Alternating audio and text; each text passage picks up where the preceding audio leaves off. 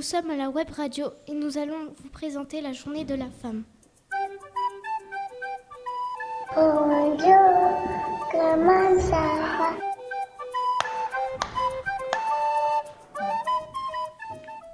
Aujourd'hui, les grandes sections vont nous parler de l'éphéméride. Aujourd'hui, c'est vendredi 9 mars 2018. Ensuite, les CE2, CM1 vont nous donner des informations sur la journée de la femme au lycée français. Le droit des femmes, le droit des femmes. Comment? Le droit des femmes. Ah tiens donc. Bonjour, la journée de la femme s'approche. Pour célébrer la journée de la femme, les classes vont exposer leur travail dans les couloirs. Chaque classe va représenter des différentes femmes.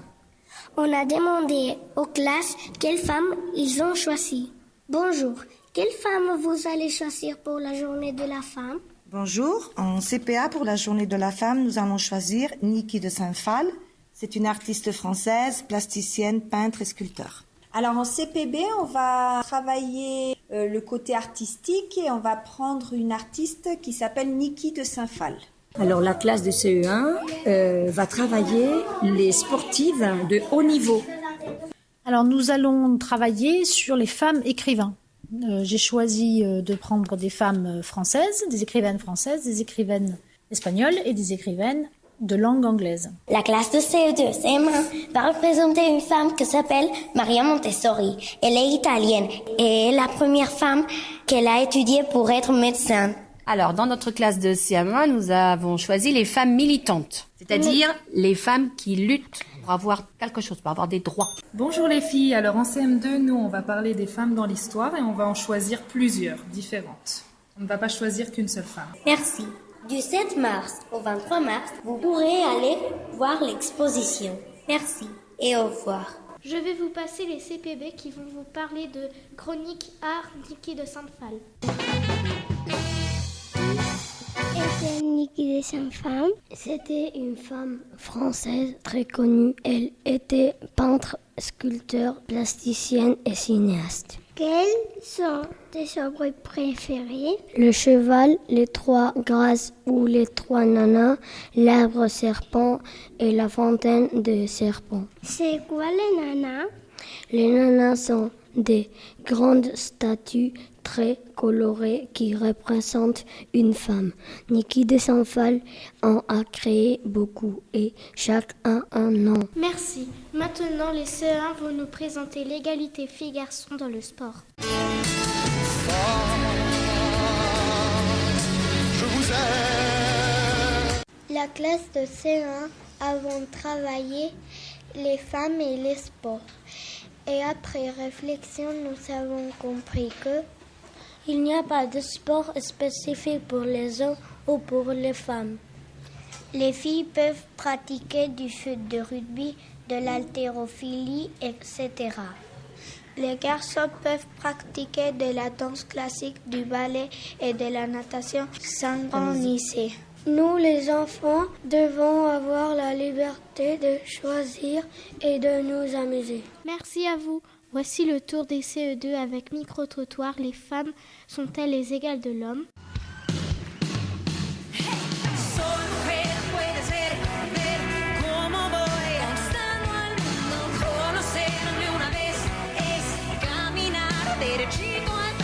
Bonjour, c'est la journée de la femme et on voudrait vous poser une question. Est-ce que vous pensez que les femmes aujourd'hui sont vraiment les égales des hommes? Oui, parce que avant, les femmes faisaient rien et maintenant, ils font comme les hommes et ils font le travail qu'ils veulent. Elles, comme les hommes, et ils travaillent aussi. D'accord.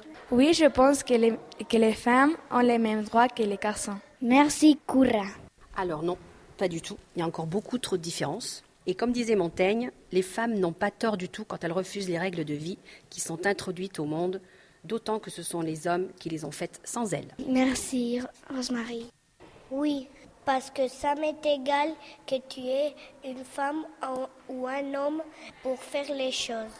Merci, Louise. Oui, parce que les hommes peut faire aussi ce que les femmes font. D'accord, merci Candela. Je pense que il n'y a pas la même égalité entre les hommes et les femmes, mais qu'il devrait y avoir. Ok, merci Inès. Bonjour, je pense que les femmes ne sont pas les égales des hommes, puisque par exemple dans le monde de l'entreprise, les femmes ne sont pas payées au même salaire qu'un homme, par exemple. D'accord. Ok, merci. Je crois qu'elles le sont dans certains pays, mais pas dans tous. Merci, au revoir. Au revoir. Plus une chanson que Rimena et Roman ont inventée. Les hommes ont tous les droits. Injustice.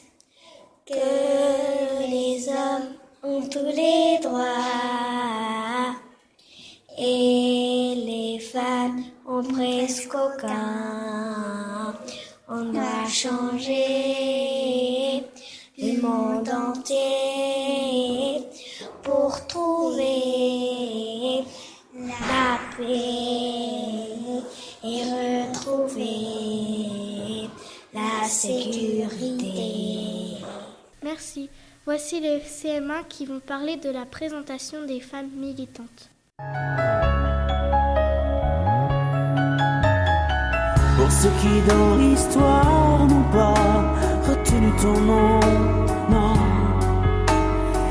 Tu es la première noire à avoir osé dire non. Bonjour, nous allons vous parler de ces femmes militantes. Malala Yousafzai est une militante des droits des femmes. Elle a lutté pour que les filles puissent aller à l'école. Elle a obtenu le prix Nobel de la paix en 2014. Rosa Parks, c'est une femme militante qui a lutté pour que les Noirs et les Blancs aient les mêmes droits. Les Noirs et les Blancs sont égaux. Wangari Maathai est une militante politique du Kenya. Elle a fait planter plus de 30 millions d'arbres en 16 ans. Elle a reçu le prix Nobel de la paix en 2004. Hélène Keller est née aux États-Unis.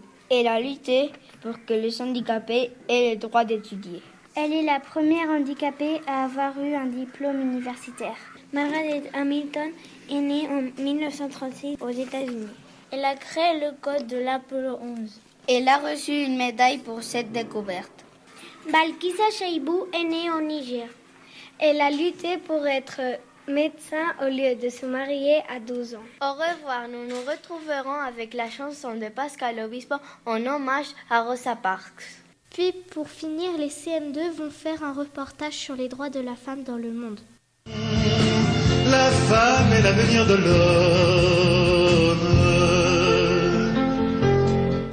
Bonjour les filles. Bonjour Juan. Tu sais que le droit de vote est le produit d'une longue histoire moderne. Dans le monde, le droit de vote des femmes est répandu à partir du débat du XXe siècle. Le droit d'éligibilité est développé en parallèle. Même en Europe, où le principe de l'égalité des sexes semble être défendu par tous les résultats de l'enquête annuelle du Forum économique mondial montrent les écarts de rémunération entre les hommes et les femmes. Et ce, y compris dans les pays scandinaves, pourtant les plus en avance. Les filles, qu'est-ce que c'est le droit d'éligibilité? Le droit d'éligibilité, c'est le droit d'être élu. Merci. Mais pourquoi au Vatican les femmes ne peuvent pas voter? Au Vatican, les femmes ne peuvent pas voter à cause des machisme. Quel est le premier pays où les femmes peuvent voter? Et le dernier? Le premier pays où les femmes ont pu voter, c'est la Nouvelle-Zélande en 1893. Le dernier pays, c'est l'Arabie Saoudite en 2011. Merci. Bonjour les filles. Bonjour Juan. Bonjour. Et vous qui êtes spécialiste, en quelle année le Brésil a autorisé les droits de la femme? En 1930. Merci. Salut les garçons. Salut Juan. Vous croyez que dans le monde, le salaire des hommes et des femmes est le même? Non, dans plus de 50% des pays, l'inégalité des salaires est visible. Et pourquoi la journée de la femme est le 8 mars? Parce que Des mouvements féministes existaient depuis le XXI siècle en Europe pour revendiquer des droits pour les femmes, en particulier les droits de vote. Le 8 mars 1917, pendant la Première Guerre mondiale, les ouvrières de Saint-Pétersbourg en Russie se mettent en grève contre la misère et la guerre. Le début de la Révolution russe, la République est proclamée et les femmes vont obtenir le droit de vote. Très intéressant. Bonjour les filles. Bonjour. Dans quel pays les femmes ne peuvent pas voter? Les femmes peuvent voter dans tous les pays sauf en Arabie Saoudite. En Espagne, on peut voter. Le droit de vote des femmes en Espagne est apparu un peu avant 1940. Merci. Bonjour. Vous qui êtes spécialiste en Arabie Saoudite, quelle est la situation des femmes là-bas? En Arabie Saoudite, les femmes ont eu le droit de vote en 2011, mais elles ne peuvent pas porter de mini-jupes, sinon elles sont arrêtées. Elles n'ont pas le droit de conduire ni de travailler sans l'accord de leur mari ou de leur père, si elles n'ont pas de mari. Chaque femme adulte doit avoir un gardien de sexe masculin qui est généralement son père, son époux ou son frère. Le gardien a le droit de prendre des décisions importantes à la place de la femme, parmi lesquelles lui donner l'autorisation de voyager, d'étudier à l'université ou de travailler si le travail n'est pas jugé approprié pour une femme. Et du niveau de la justice, comment ça se passe? Les femmes sont également discriminées devant les tribunaux qui considèrent que leurs témoignages ne valent que la moitié de ceux d'un homme et sont désavantagées dans les affaires de divorce ou d'héritage. Dans beaucoup d'autres pays, les droits des femmes ne sont pas respectés même s'ils existent, notamment au Moyen-Orient ou en Asie orientale. En Occident, la situation des femmes est meilleure, mais les femmes ne sont pas toutes à fait les égales des hommes. Les femmes gagnent 20% de moins que les hommes. Et des millions de femmes se battent pour leur liberté, mais très peu sont écoutées. Merci les CM2. Retrouvons la chanson de CM1, Rosa. Et merci à tous, c'était la Web Radio. Mais c'est tombé sur toi ce jour-là.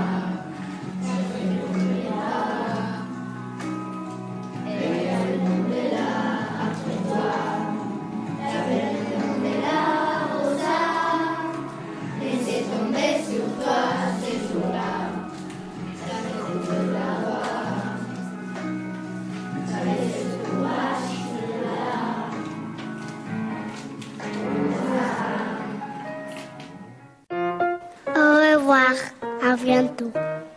Radio Kids.